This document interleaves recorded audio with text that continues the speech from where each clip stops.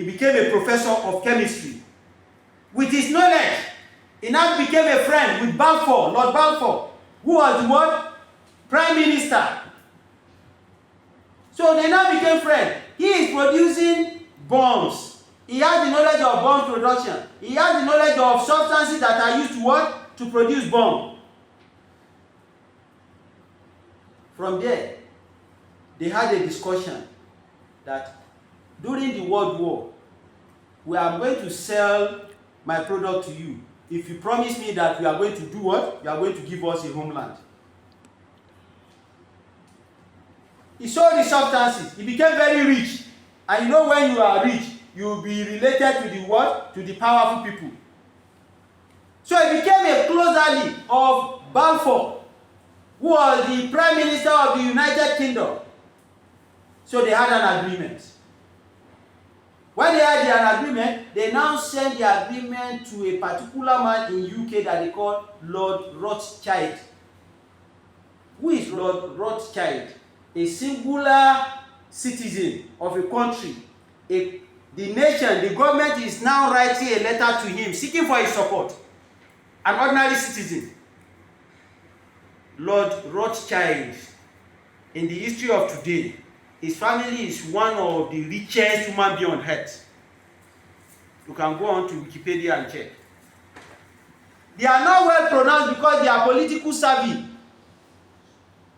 They face their own business. So they sought for his support, and they got it.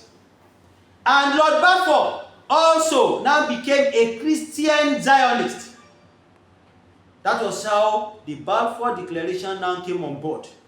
And they passed it, and they established a homeland for whom? For the Zionists, on the land of Palestine. These are the three secret agreements that the Britain, England, United Kingdom had, which are secretive, which are haunting us till today, and the people of what? Of that Palestinian land. Now, to summarize the whole thing. Number one, what gave the United Kingdom the audacity to promise the fellow Europeans the homeland that did not belong to them, the land that did not belong to them? What audacity do they have? They are also a foreigner of that land. It's not their own. So why are they there? And they are promising outsiders that you can come and settle here. These three agreements has led us to where we are today. Because we have established from that of the narration of Nabiuna Isa and Nabiuna Musa alayhi salamullah, that the land is not the land of the Banu Israel. It belongs to the Arab. And on the present Palestinian land, it's not only the Muslims that are Arabs. We have the Jews that are also what? That are Arabs. And they are also settling on that land. What gave the United Kingdom the audacity to now be calling other European fellows, other European countries to come and settle on that land? That is question number one.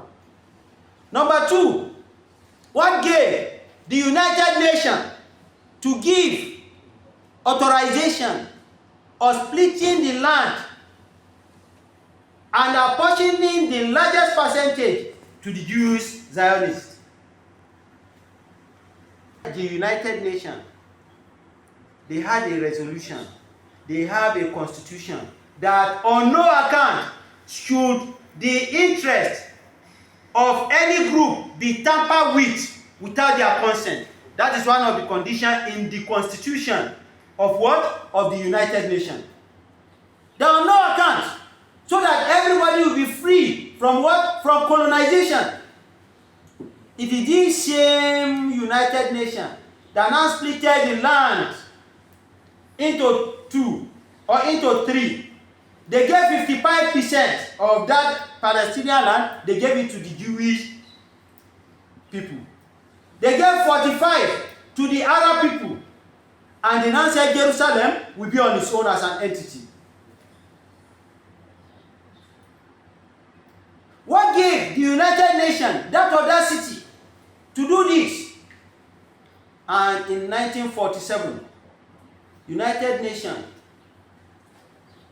just voted for the partitioning of a homeland for the Jews on the Arab land. It was a vote. It was a vote, ordinary vote. Then, who gave the authority to come and decide on the apportioning of the land? And then, before that 1947 voting, it was only 3% of Jews that were on that Arab land. The following year, the 3% has become 30%. Not because of reprocreation, it's because of the influx of other Arabs, of other Zionists, of other Jews, Yahudis, from other European countries that are migrating to where? Into Palestine. They now become dominant on that Palestinian land compared to the inhabitant and the original landholder of that particular place. Their population now became overwhelming, better than the people that own the land. What gave the United Nations this autonomy, this authority to decide on the division of the land? That is question number 2. Question number 3 that we need to ask is that on the very day of the declaration of the State of Independence on the Palestinian land in Israel, what gave the newly formed State of Israel, what gave them the audacity, what gave them the supremacy, what gave them the permission to launch an attack on the less privileged Arabs that they came to occupy their land? May 14, 1948, the British, they withdrew from that land. And the following day, it was declared as an Israeli state. And the fourth person that declared it was called David Ben-Gurion.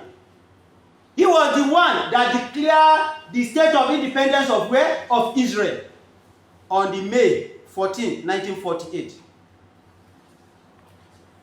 They were there on that same day. The following day, an attack was launched by 5 Arab lands. The Jordanians, the Syrians, the Iraq, the Lebanese, and the Egypt. They attacked Israel because it was an unjustful declaration. The Iraqis, the Jordanians, the Lebanese, they attacked from the north. The Jordanians and the Syrians and the Iraqis, they attacked from the east. The severe attacks were from the south. And the Egyptians, they advanced towards the state capital of Israel, which is Tel Aviv. And they got to a particular location called Yabna, 22 kilometers to Tel Aviv. The attack was so severe to the extent that the United Nations had to come and what? To come and intervene. So on the 11th June 1948, a relief came onto the Israel. You know, 5 Arab states is bombarding them. Because you are here, and all these 5 Arab states, they are what? 5 Arab nations, not states. They are Arab lands, they are Arab countries. That you can't come and do this.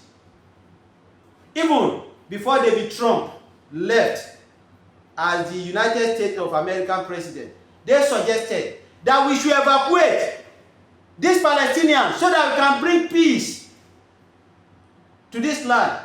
That Egypt should bring a portion of their land, Syria should bring a portion of their land, so they will not transfer all the Palestinian people to that place. It was some of our scholars, righteous scholars that stood up, and among them was Sheikh Hassan Walid Dud. And the caliber of Sheikh Yusuf Al-Qardawi, they are the ones that fought fearlessly that nothing like that will happen. These people, they will be here. Because the Banu Israel, they have already said, فَإِنَّ فِيهَا قَوْمًا جَبَّارِينَ. And they told Nabi Musa, إِذْهَبْ وَأَنْتَ رَبُّكَ إِنَّ هَؤُلَاءِ قَاعِدُونَ.